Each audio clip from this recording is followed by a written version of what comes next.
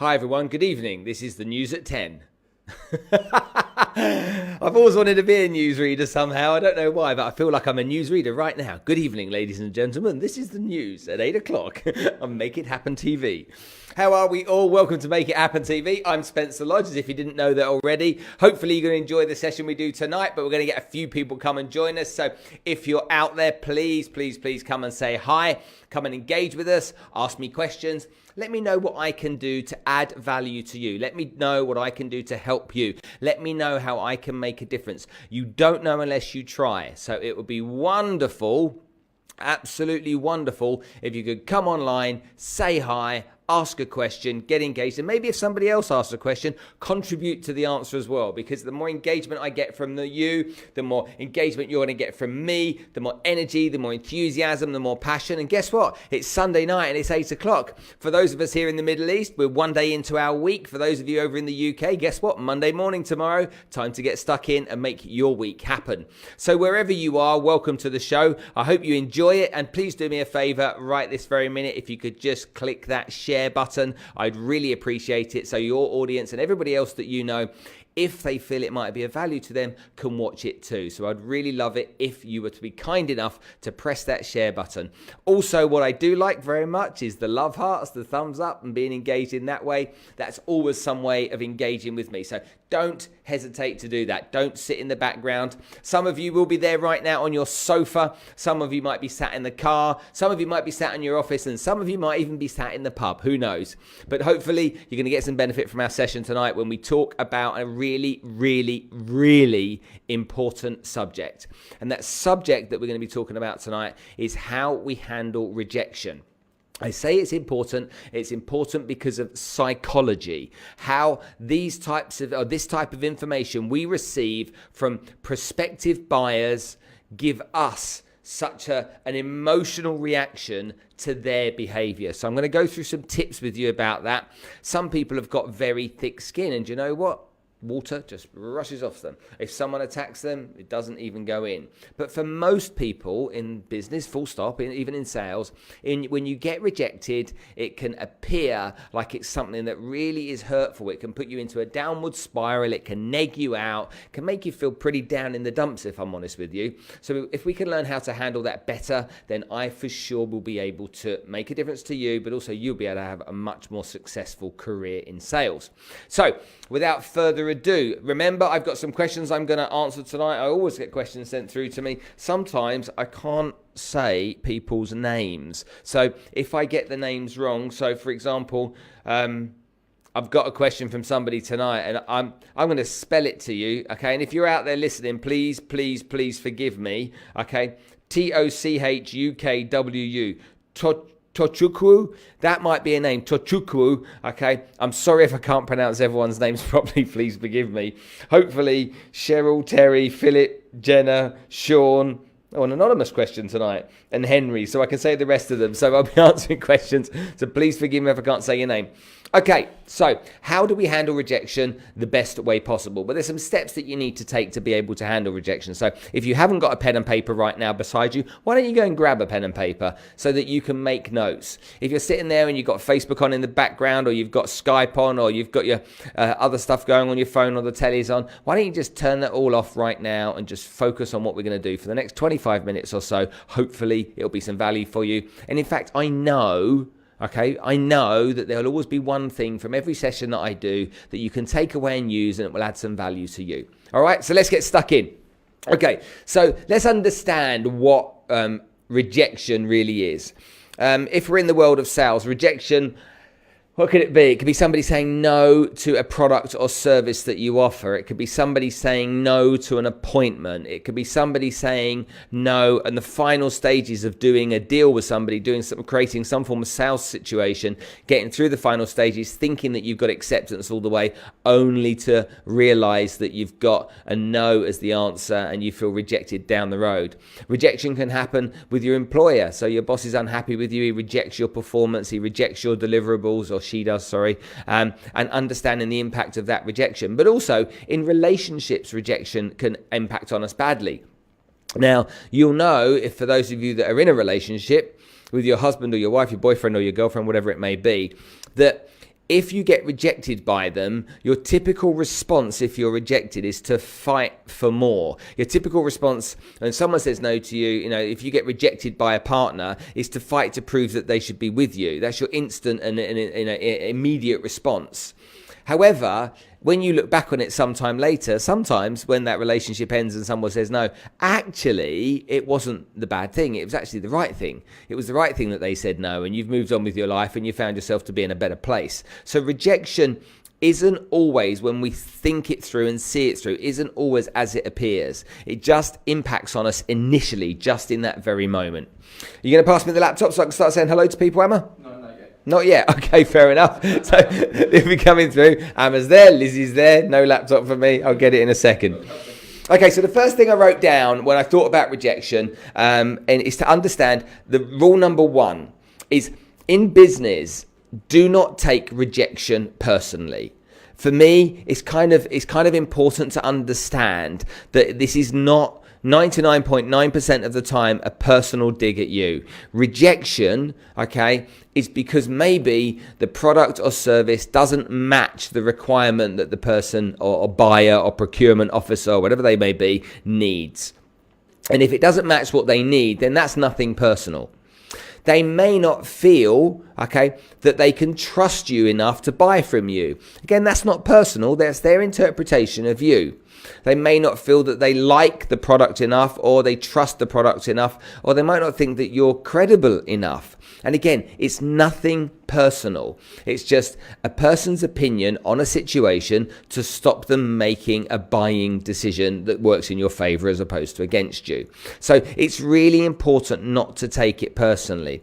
Rejection, some people see it as failure. Well, guess what? What do successful people do with failure? They take failure and they see that as a learning experience. And so failure is an opportunity to learn. Rejection is, I believe, as well, an opportunity to learn. And I'll come on to that in a little while. So please don't take any rejection you get personally. Really, don't take it to heart. I know it might be easier said than done, but guess what? I was like you. I was in exactly the same situation as you. I felt it. I was hurt by it. It affected my ego and my enthusiasm and my morale. I was impacted in that short period of time. And because I was impacted in that short period of time, I know what it feels like. I know how it gets to you. But once I learned not to take it personally, it made a big, big difference. So try not to take it personally. Write it down, please. Don't take it personally. Also, we have to understand what the difference is between rejection and objections. They're two important words that are very different. So do you know the difference between an objection and rejection? An objection is a buyer, salesperson buying situation where the buyer is objecting to something that you're offering, something you're discussing. He may be objecting to your price. I object that price is too high. He may be objecting to the product. That product doesn't suit my needs. He may have an objection. A lot of the times I found in sales, though, when you're actually in a situation where you're buying, thank you very much, where you're selling, sorry. Okay, I'll say hi in a sec, guys. Okay, in a situation where you're selling, a lot of the times buyers don't always know what to do, and they think that objections are actually things that they should come up with. They think that they should deliver objections, and sometimes they give token gesture objections just for the sake of making objections. And what they are actually is just complaints as opposed to objections, which I'll come on to in a bit. Let me just hold the thought there and I'll come back to it. Right, who we got? Justin. Hi, Carolyn in Australia. Who else we got? Robert, how you doing? Renalyn, Diloa. Okay, I don't want to get that wrong. Okay, Yasser, how you doing? Okay, so I've got a bunch of guys. There's a whole bunch of you out there. Please come and say hello. It's really, really important to come and say hello. I want the likes. I want the thumbs up. I want the shares. Do you think that I add value? And if you're going to sit there in the background, if you think I add value, please just come and say hello. Acknowledge me, because I want to try and give you the best that I can. Okay, Carolyn makes a point. Okay, it's a great topic. Hi, legend, she calls it. Hi, Paul, how are you? For those of you that don't know, that see Paul on the line, Paul and I went to school together, and I've not seen him since school. And a little while ago, he started following me. So hi, Paul, how are you? Hope your family's well. We've got Jay on the line as well. Jay is one of my clients in Phoenix, Arizona. How you doing, buddy? This is the level of commitment that we have. Tomorrow morning, I've got my coaching session with Jay in Phoenix tomorrow at 6:30 a.m. Okay, so we're into it big time. Marina, how you doing? Nice to see see you. Justin's in Uruguay. Where are you all from, guys? For those of you I don't know, Marina, where are you from? Wazim, where are you from? Justin, we've got Justin in Montevideo. We've got Jay in Phoenix. We've got Paul in the UK. Carolyn, I think he's in Australia. Carolyn is saying it's the first time to watch you. Welcome to the show. Where else have we got people from? Rob, I think Robert is in Dubai, I think. So guys, come and say hello, okay? Okamadu, hi, how you doing, mate? Nice to see you, okay? Joe, how are you? Good evening. He's down in Abu Dhabi. Okay, good. Everyone's doing great. Come say hello and press that share button and get your friends, your colleagues, okay, and everyone else out there to just share it. You've only got to press the button. It's not going to hurt you. Click that button. Other people can see him. They can come and join in the show, okay? If you like something, you like it. Ask questions, throw them at me. So, we're talking about the difference between objections and rejection. Rejection, okay, is a word that we sometimes use when it doesn't actually apply. I'm being rejected. A lot of the times it doesn't apply. Now, sometimes it does, so let's be straight, okay, but sometimes it doesn't. An objection from a prospect or an objection from a client, an objection from someone in business, maybe just them wanting to learn more. They may be saying, I haven't got enough information right now to make a buying decision with you. I haven't got enough information, so because I don't have that enough information, right now my answer has to be no. But when I get the right kind of information that I need, when I've got enough information, then guess what? I can make a new decision because I've got new information. So don't think sometimes that rejection is that. A lot of the time it's an objection, and a lot of the time people just don't have what they need so that they can make the decision. Maybe let's take some examples. Let's say you're buying windows and doors, double glazing windows and doors for your house. If the guy doesn't provide you a quote, how can you make a decision?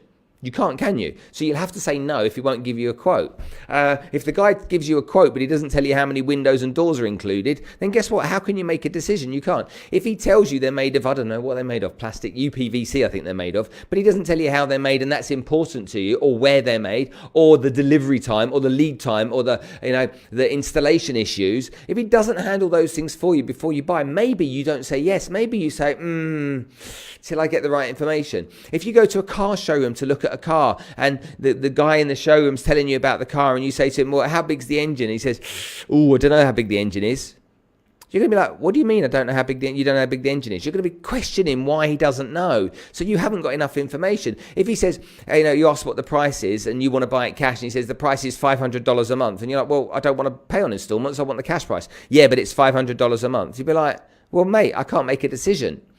If you go in there and he talks to you about the product being great, however, you've got some contrary information as the buyer, and you literally say, well, actually, the crash report on this car gives me a few concerns. Now, that's not you saying, I'm not going to buy it, because you're there to talk to him about the product. But if he can't handle that objection, if he can't handle those concerns, then you're not going to buy. So think of yourself in a buying situation, because you've all been there yourself. It's really, really important. Tess is with us from Rome or Milan, wherever she is. Hi, Neil, how are you? Nice to see you. Ben, how are you too? Okay, Ukrainians on the line. Hello, Ukraine. How are you? Okay, guys, please come and ask the questions, okay? All good. My 25-year-old son is also keen to make it happen. Good evening to Paul's son. He's 2.5 years old. How you doing, mate? Okay, so understand the difference and take those differences really, really seriously. Please, please, please feel free to ask questions. I'm more than happy to answer them. We have a UAE flag in there. Excellent stuff. Right, so don't take it personally, number one. Number two, understand the difference between rejection and objections. Really, really important. And understand that objections can be handled. Best way to deal with objections is to handle them before they become an objection, but sometimes you're given objections. Understand every potential objection you could ever face and work out what the answer should be and rehearse. You'll see it on the Make It Happen University. If not, go and learn it yourself. Find a way to answer any potential objection you could get from your potential clients and existing customers. Okay, number three, okay, take a rejection or an objection, take that type of feeling as an opportunity to learn.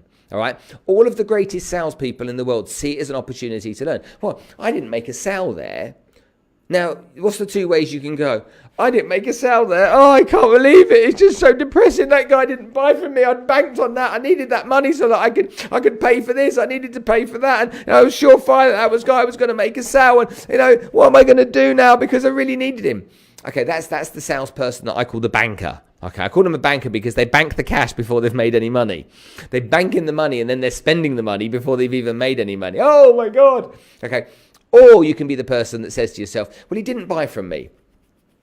Now, shall I look at that practically? Shall I think about that practically and try and understand why he or she didn't buy from me? What did I do wrong? Because remember, when you don't make a sale, it's because of something you have done wrong. Don't hold your product, don't hold your price, don't hold your client or prospect responsible for any of that. All right? If you sell what you believe in and you love what you sell, then you should have no problem with the product.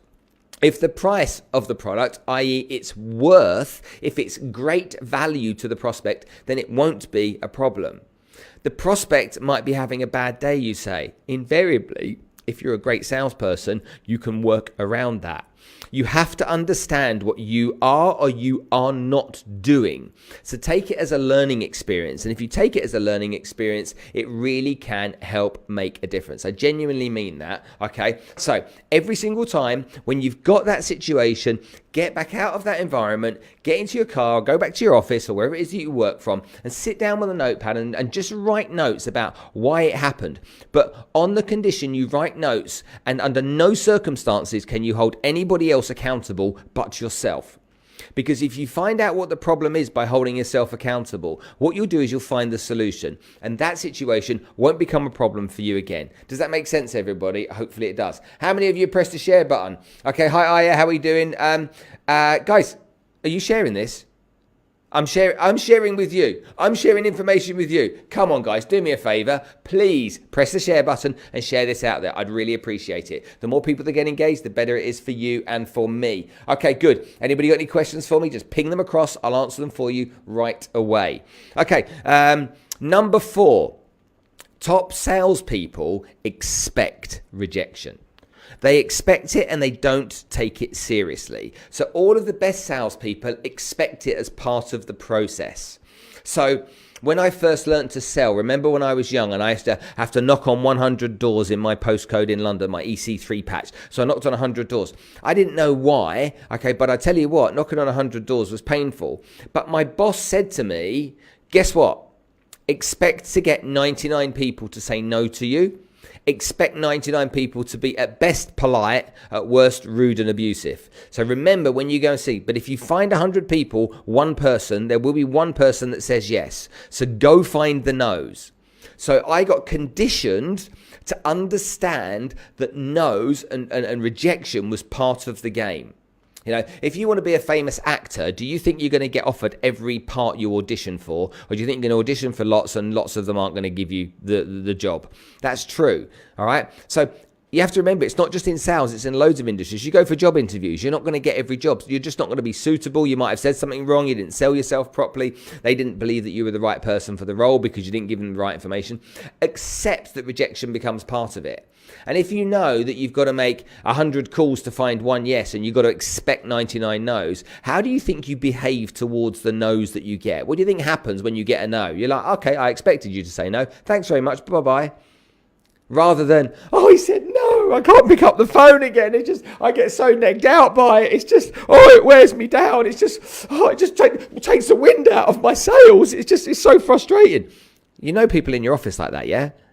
I might be a bit dramatic by it, but you know people like that. And I bet you've done it yourself. You've sat there and gone, oh, woe is me. Oh, for goodness sake, why did that have to happen?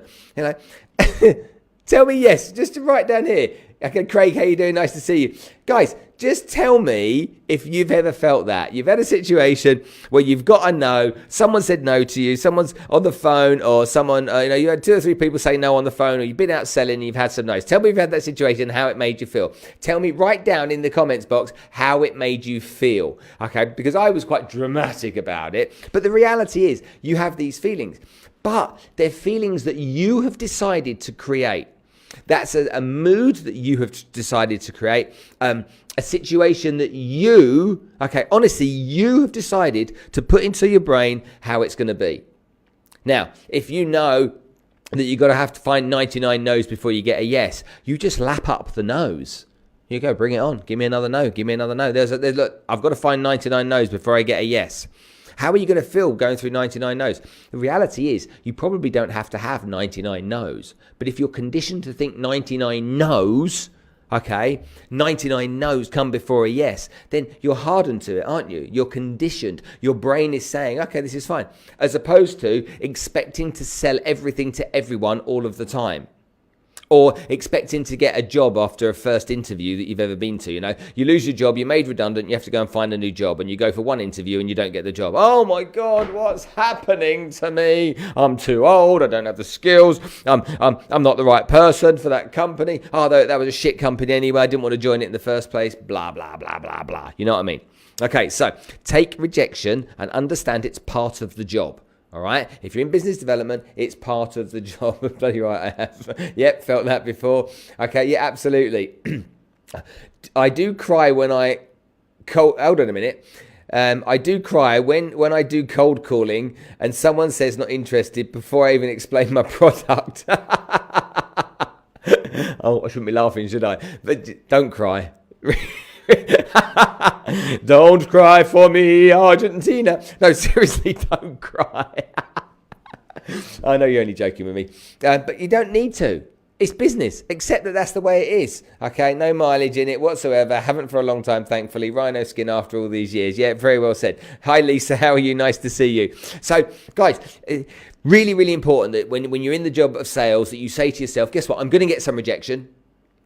Every time I get rejected, it's going to be a learning experience. So every time someone says no to me, it's going to be a learning experience. I'm going to take that experience. I'm going to think it through. I'm going to sit quietly, think it through, write down all the things I could have done differently, and I will make sure I try differently next time so that that isn't the outcome. Try and always put yourself in the position of the buyer, the purchaser, the procurement manager, whichever person that is. Whoever your potential customer is, put yourself in their shoes.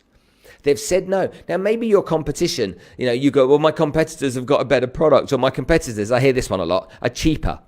The price is cheaper. Well, the fact is, the only differentiating thing, I don't know, let's say you're a real estate broker, and here in Dubai, there's loads of estate agents. I mean, there's gazillions of them. What differentiates you from the next person? What differentiates your company? Invariably, for most of these companies, it's not a lot. The other person did a better job than you. That's what happened. That's why they got the sale. They did a better job. They built a better relationship. They established more credibility. They established more trust. They listened and asked the right amount of questions and listened carefully and built that relationship up with that prospect. That's why they went with somebody else. If there's a cheaper product in the marketplace that's identical to your product, then guess what? People will pay more money for a better relationship. They'll pay more money for a better service. People will pay more money for a better outcome. They'll pay more money because they like people. If they don't like one guy and they like the other guy and the other guy is 10% more expensive, they'll pay more money. They'll pay more money. I was watching an episode of Dragon's Den recently, and two dragons made an offer for a company. So one dragon said, I'll give you all the money for 20% of your company, and the other dragon said, I'll give you all the money for 25% of your company. The guy chose to go with the dragon he liked the best, and that dragon wanted a bigger chunk of his company than the other one.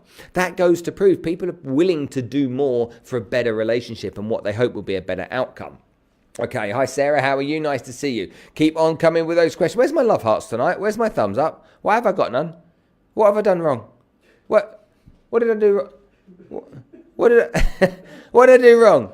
Where's my love hearts? I've got no love. Oh no, people aren't giving me love hearts. I feel rejected. I feel really rejected. I'm really negged out now. Oh, I'm really negged out. It really negs me out. It really sent me into a downward spiral. I feel depressed and I don't think I want to do this anymore. Imagine if I did that. Imagine if I was like that. Imagine if that's really what I was like. Okay, thanks for the love hearts now. Thank you very much. Okay, gosh, got loads of comments coming through here. Great, thanks very much indeed. Thank you very much, Lisa. So, that's number 4. Okay, don't take it seriously. Understand. Okay, understand that that's part of the learning experience and what you've got to do. Okay, and number 5. Successful salespeople know ahead of time they're going to be successful.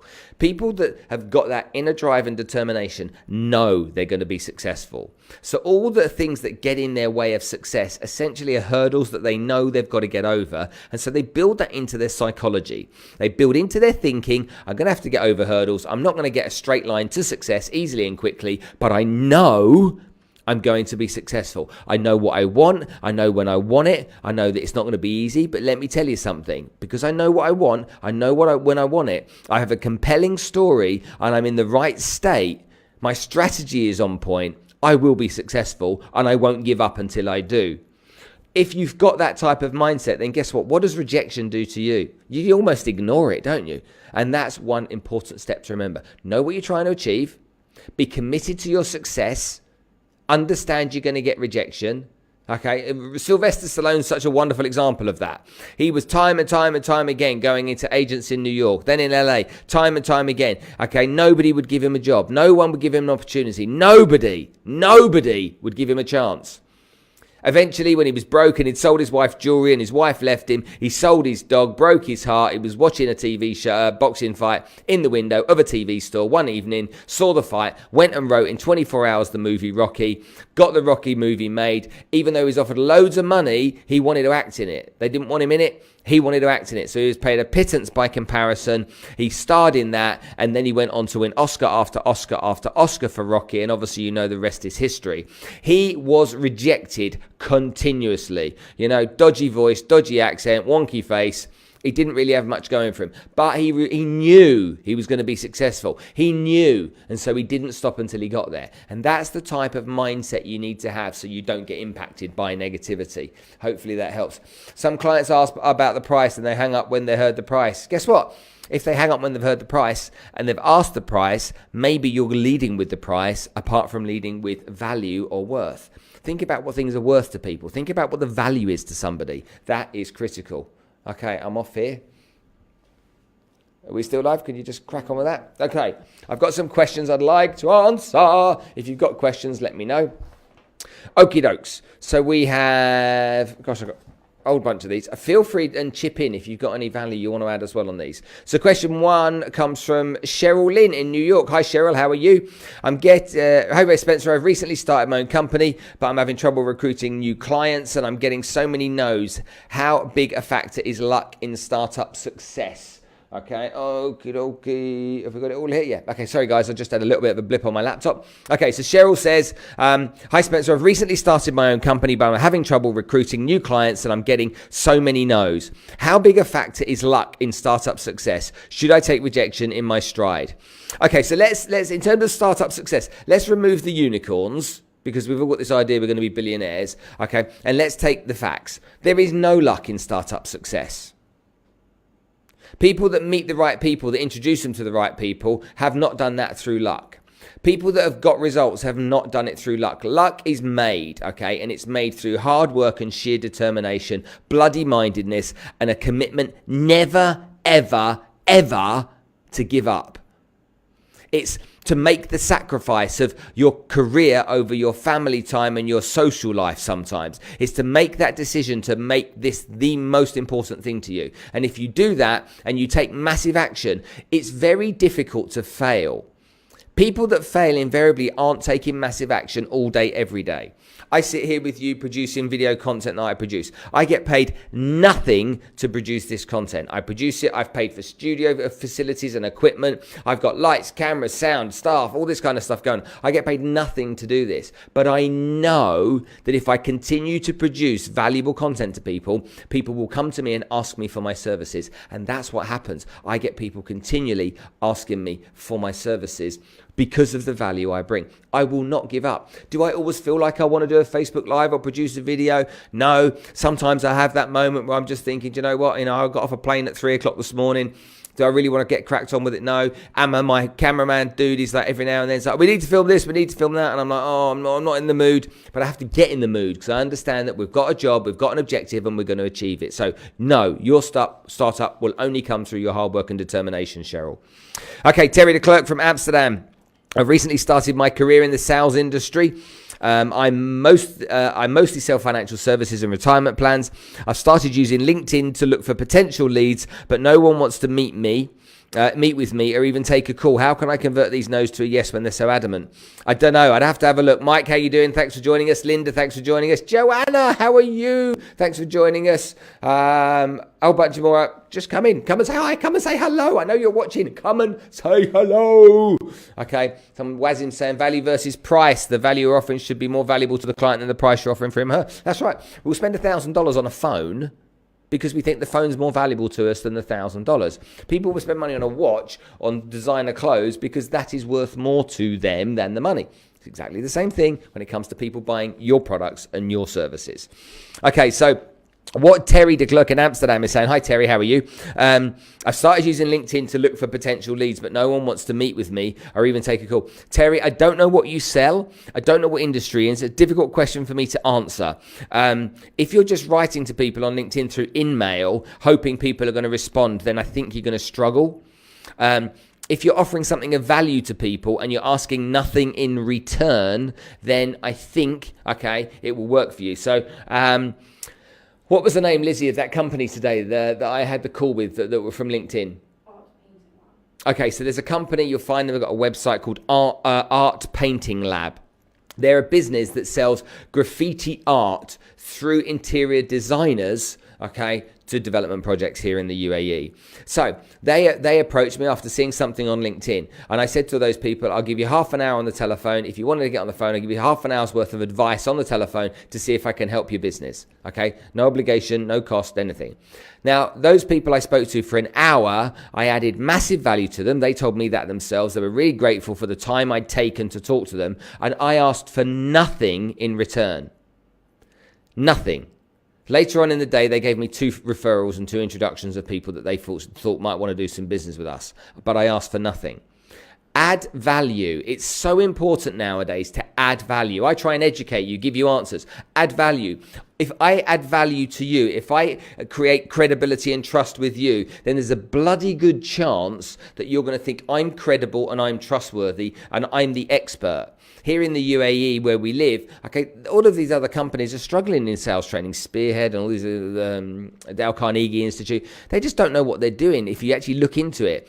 I'm the person that's the most well-known person in sales training here in this part of the world. I am, because I produce lots of content for nothing, for free, to give value to people like you guys out there. And I do that knowing that in return, I'm going to get an opportunity from many of you. Okay, Philip Welsh from Dublin in Ireland says, I've been in the sales industry for several years now, but the rejection I receive in guys viewing from Dubai, Simbaresh. Okay, hopefully, if this is all value, can you just type, if you think this is all valuable, okay, can you please type in the comments box, okay, yes, it's valuable, so I know, okay, that I'm giving you the stuff you want. Okay, there's a whole bunch of you on here. Do me a favor and just literally right now, yes, it's valuable. Type it in the comments box so that I know, please. Okay, I want to see in the comments box that I'm adding value to you, because I won't answer all these questions unless there's stuff that you really want to hear, okay, and I can really add some value with. So please, please, please, write in the comments box, yes, it's valuable. Yes, it's valuable. Okay, Emma, can you just have a look at that, please? Okay, and make sure that it's valuable and it's coming in. Okay, can you see it in the box? Okay, do me a favor and do that. Right, next one. What box? Yes. Comment box? In the comments box, yeah. Is the feed live? It is live. Yeah. Okay, fair enough. Yeah, it's live. Okay, great. Excellent stuff. Okay, Lisa's saying, yes, it's valuable. Justin, yes, it's valuable. Jay, yes, it's valuable. Excellent stuff. Good. Excellent. Massive value. Massive value. I saw a video of Jay. Look out for Jay Harvey. He's on my Facebook page. He's one of my clients over in Phoenix, Arizona. He put a video of him on a jet ski at the weekend. And that video of him on a jet ski, he can't swim. I thought that was hilarious. So Jay can't swim, and he said, I'm on a jet ski, but I can't swim, so this is a bit hairy. I'm like, are you crackers, Jay? Great video, mate. Okay, so I've been in the sales. This is Philip. So hi, Philip. How are you? I've been in the sales industry for several years, but the rejection I receive these days is much more than what I used to receive. Do you think that social media and technology could be to blame because people feel as if they're constantly bombarded with people trying to sell them something? Hell yes, Philip.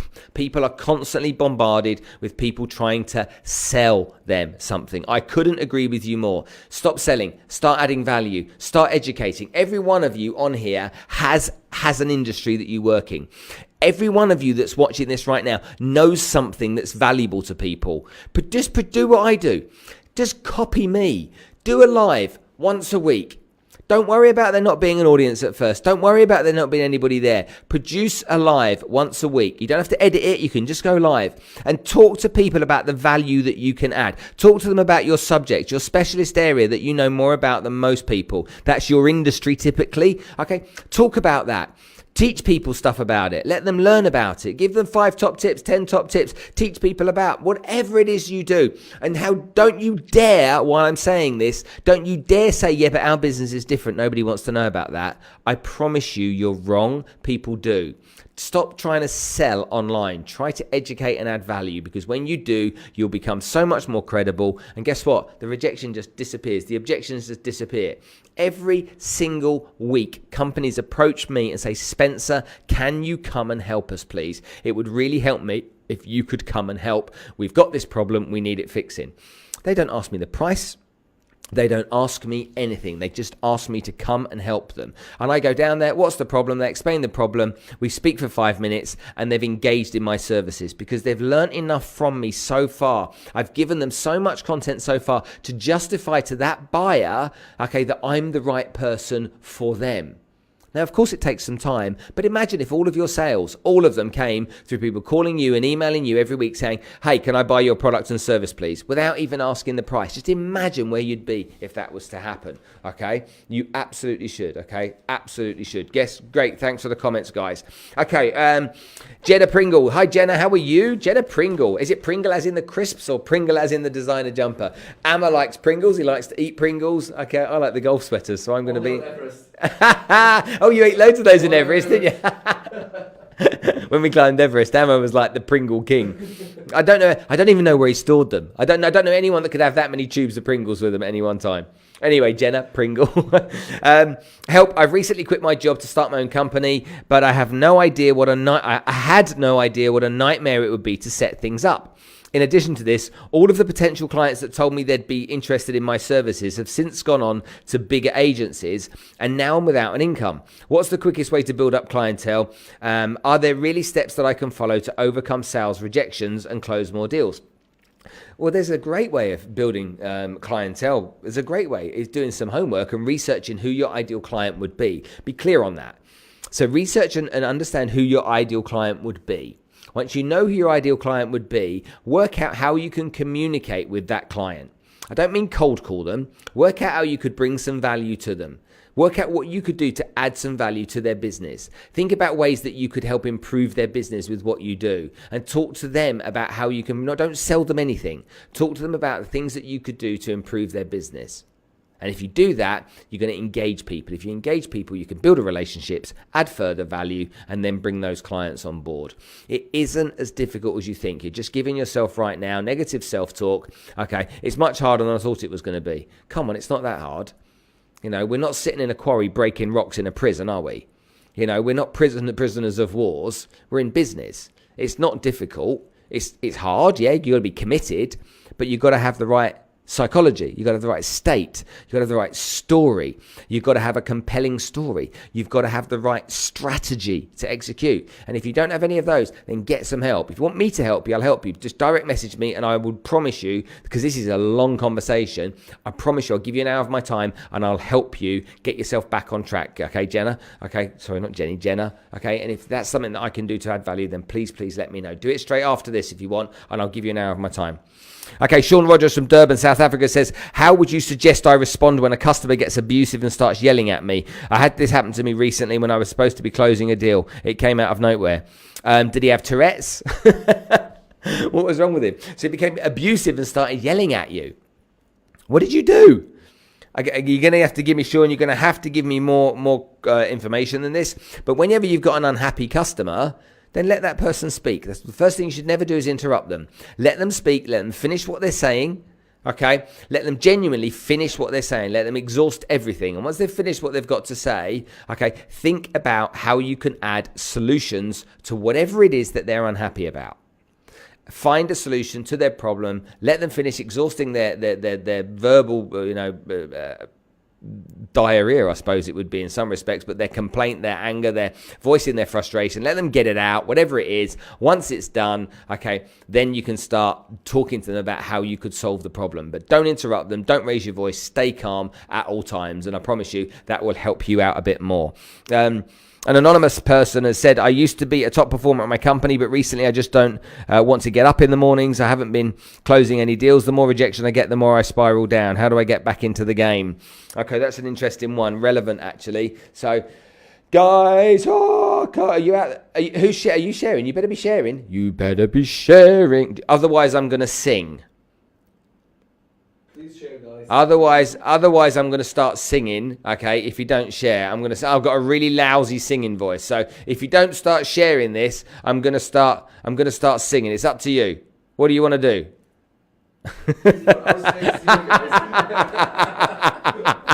Okay. So yes. Okay. So you used to be a top performer.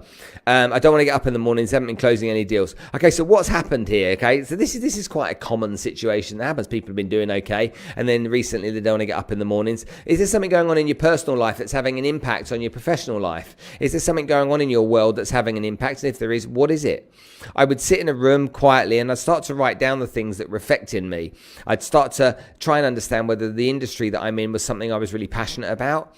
Maybe you just lost your mojo. Maybe you're actually hurting because someone's beating you and you're not doing as well as you were before. Maybe you needed to be the top of the tree and get the accolade for that. Maybe that happened. I don't really know enough detail about this, but I can tell you for sure, getting back in the game is easy, okay, easier than you think. You have to find your why. What is your purpose? What is your reason? Why are you doing what you do? What is it that you do and why do you do it? And why does it matter to you that you do it? Okay, so whatever you sell, what do you sell? Do you sell something? You know, I sold office equipment for a period of time when I was really young, okay? There's not much inspiring about office equipment. When I got into financial services, I was able to help people stop, ruining their lives. I could help people plan their financial futures. I could help get people to make money. I could help, insure people against stupid decisions. And I really liked that. I could help people plan for their kids' university fees. And I really liked being able to solve those problems for people. And I was really passionate about it. And being passionate about it, I was so much more valuable to my client. So if you're selling something you don't enjoy, think about what it is that you're selling and think about what it is that you could be selling that you would enjoy and that you would believe in and you would be passionate about. That would be a good place to start. Sometimes your boss, and the number one reason people leave companies is their relationship with their boss. Maybe your boss just isn't the right guy for you. Some people don't like me, for example. Imagine working for me. Some people would think, oh my God, I'd hate to work for him because I'm a bit in your face and I'm a bit direct and I don't care that I offend because what matters to me more than anything else in the world is that I do the right thing. So I don't care if I offend. Loads of people do. So there's people out there that wouldn't work for me, just as there's loads of people out there I know that desperately would like to work for me because they message me and say, could I work with you? When you think about that, is the person you're working with and for the kind of person that you have a great relationship with? And if you don't, could you have a great relationship with that person? So could you start believing and buying into the product and service? Could you, build a great relationship with the person from before? Could you try and find out what your why is? Some of us go through a kind of crossroads in our life where we realize that we're just making money and we're not actually adding value, or we're making money and we're not adding value to our lives. Because guess what? You're a long time dead. And we can have regrets, and there's a lot of people out there that do something they have to do rather than something they want to do. So give that some thought. Last question. I've got two more questions. Sorry, Henry Ryan. Okay, has anybody else got a question? Hi, Paul Preston. How are you? Nice to see you. Anybody else got a question for me? I've got loads and loads and loads and loads of people I've been chatting to tonight. If you got a question, let me know. Okay, yeah, it's valuable. Paul, it's exactly right, mate. Yeah, I agree with you. Okay, Henry Ryan from Dubai says, hi, Henry. How are you? I need some advice on overcoming sales failure. I haven't been hitting my targets recently, and I'm struggling to keep my head in the game because of this. I work in real estate and no one seems interested in buying at the moment. Perhaps it's just the market at the moment, but I'd be willing to hear some advice on how to stay focused through difficult times. Okay, real estate, Dubai. Let me tell you, there are way too many people working in real estate in Dubai that are talking negatively about real estate in Dubai. Market sentiment is affected by what people think, not what they know a lot of the time.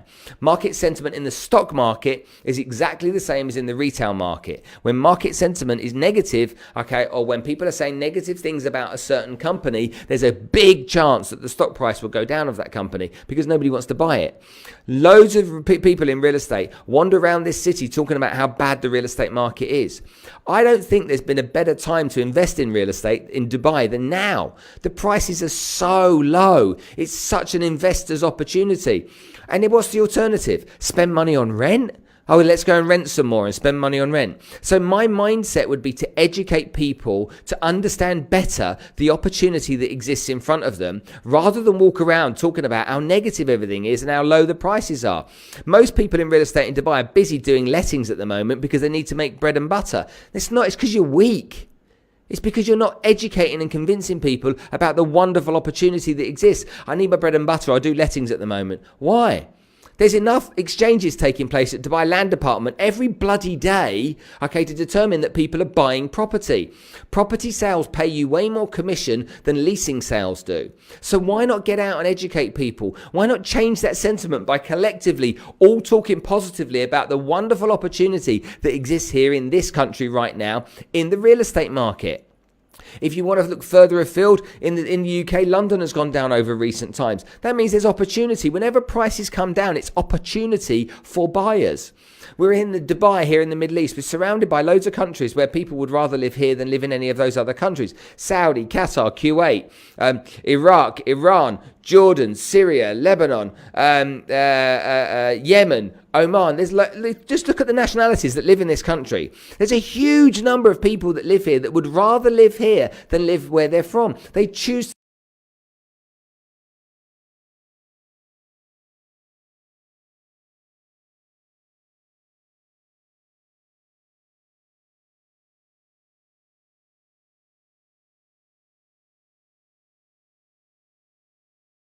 Amar.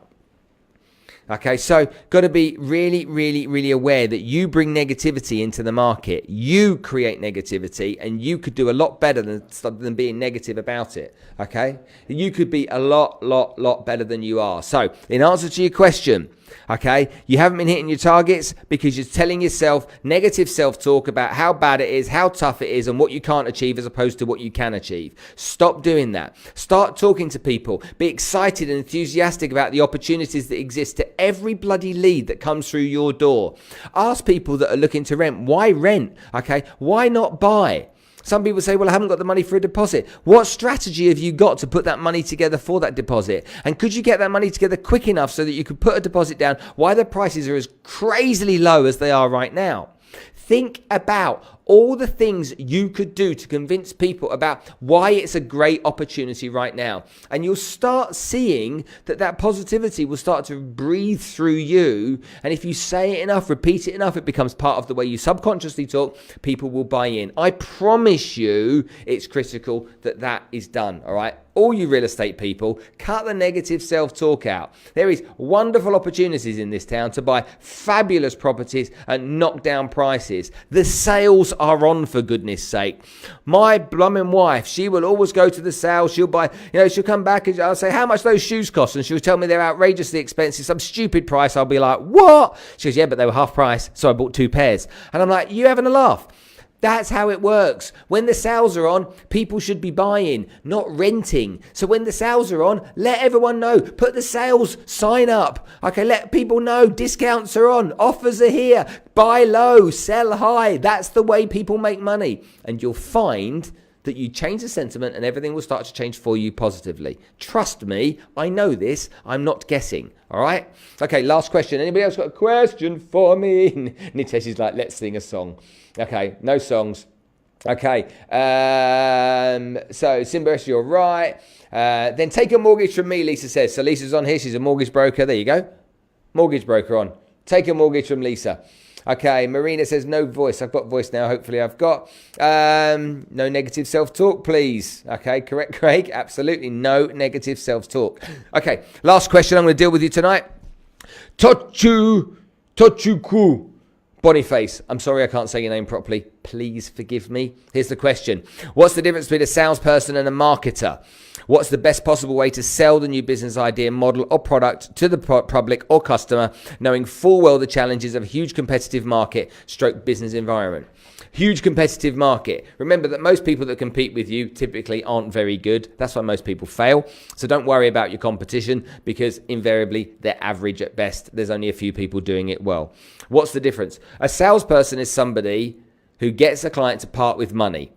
A marketer is somebody who builds brand awareness, markets a product, markets a service, markets a solution, but promotes it as opposed to selling it. A salesperson works hand in hand with the marketer to then take the client over the line to become a client. So that's the simple difference. Hopefully that's answered that for you. If you'd like to know more, then by all means ask some questions. Who's had fun tonight? I want to know your comments if you enjoyed it. If this has been valuable, please just write in the comments box. This has been valuable. Just let me know. I want to know, every single one of you that got some value from this, okay? I want to know, okay? Just tell me it was valuable. If it's valuable, I'll bring you some more, okay? If it wasn't valuable, I'm going and that's it. I'm done. I'm out of here. But let's quickly go, okay? Has it been valuable to you all? Just write in the comments box. Let me know if it's been valuable to you. I would appreciate it. I'll count to 3. 1, 2, 3. Go. Get it done. Get it done. Get it done. While I read, okay? I read a comment from Peter Okamaru. I have this client, he's interested to buy a 1-bedroom ready apartment in Dubai, but his fiancée is my problem. His fiancée might be his problem, Peter. Sorry. The reason that I say that is Emma's getting married in a few weeks' time. And he's worried about getting married and he doesn't know what to do. Okay, doesn't know what to do. Okay, my client's he's interested in buying a 1-bedroom apartment in Dubai, but his fiancée is my problem. She's objecting to everything, including the price. I feel like telling them to ignore her. I don't know what to do. Okay, well, guess what? Peter, you haven't built up a good enough relationship with the fiancée. Get the fiancée around a table, have a cup of tea with her, listen to what she's got to say. Ask her lots of detailed questions to understand where she is. Maybe she's had her fingers burnt. Maybe she's had a horrible situation she's been part of. And if she has, then guess what? I can give you an opportunity to build that relationship, give her some security, give her some reassurances, and let her know that some of the thoughts she's been having, maybe with some factual evidence, might be wrong, and help her realize that. Come on, this is an easy one, Peter. This is an easy one. You can do this, mate. Really, you can. Okay. Simberish says, if you are a mastermind group for people based in Dubai, I'd love to be part of it, even if it's a WhatsApp group. Simbaresh, go to the Make It Happen Masterclass on Facebook, and considering you've asked me, I'll let you join, and you can come and join in our mastermind class. If you want to join my mastermind classes that I run, my 2-day weekends, then DM me. I'll send you the figures. You can decide whether I'm worth it, and if I'm worth it, you come for 2 days with me, and I'm going to teach you face-to-face with a small group of people, and we'll have lots of fun doing that. Okay, is it possible to summarize the 5 steps to handle rejection? Yep, I'll summarize them for you quickly. Number 1, don't take it personally. Remember. Number 2, understand the difference between rejection and objections, because it's not all rejection. Okay. Number 3, view it as an opportunity to learn. Number 4, top salespeople expect rejection and they don't take it seriously. So expect it, basically. And number 5, top salespeople know they're going to be successful anyway. That's in their mind. I'm going to be successful anyway. And because it's in their mind, guess what? They're going to rally through it. They're going to go through it like they're walking through concrete walls. They're not going to have any fear, and they're going to keep pushing on. Hopefully tonight has been valuable. I love you all. Come and join us if you want to. Follow me on the Make It Happen Facebook page. Come to the masterclass if you want. If you want to get closer to me and get experience of working with the Make It Happen University, please do me a favor. Go to makeithappen.university. Get your credit card out and spend some money. If you want a discount, you want a deal, guess what? Am I worth it? Some of you would say, I can't afford it. My argument would be, can you not afford it? Imagine if you had what's in my head and you could apply that in your sales scenario situations every single day. What impact that would have to your life. I guarantee you, when I became a millionaire when I was 26, I knew that these skills were like gold. Maybe you want to learn them too. Whatever you do, make sure that you get out there and do what I do and do what I do, which is to make it happen. And guess what? He's getting married. Okay. Don't do what he does. Don't get married. We'll see you soon. Take care. Have a good evening. Love you, folks. I'll see you soon. Bye-bye. Good night.